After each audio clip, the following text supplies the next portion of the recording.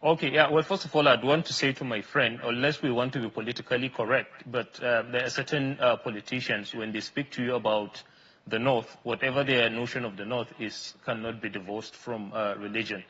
I just need to put it out there for you to, get that. We don't have to agree on it anyway.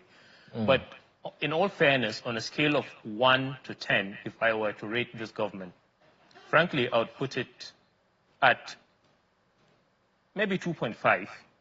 That basically, and I'm saying that in all fairness, because 2.5 is a failure. Are you saying this government, this current right. government has failed? Yes, it has.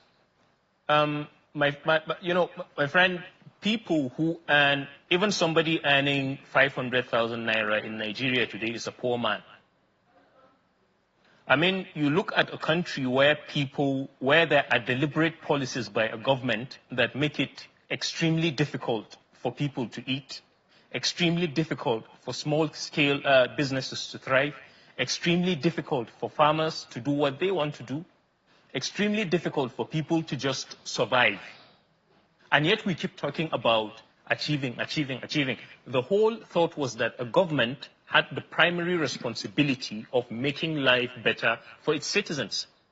And I don't know of how many policies in this government has actually elevated the pathetic and subhuman, condition that most of Nigerians are living in. It's quite unfortunate. So yes, it has failed woefully.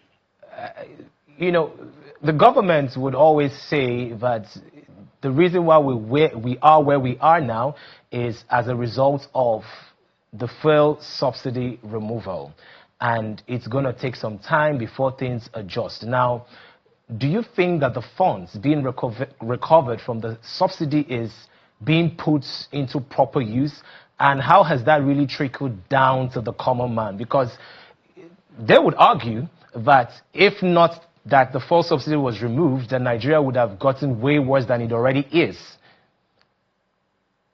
That is a lie.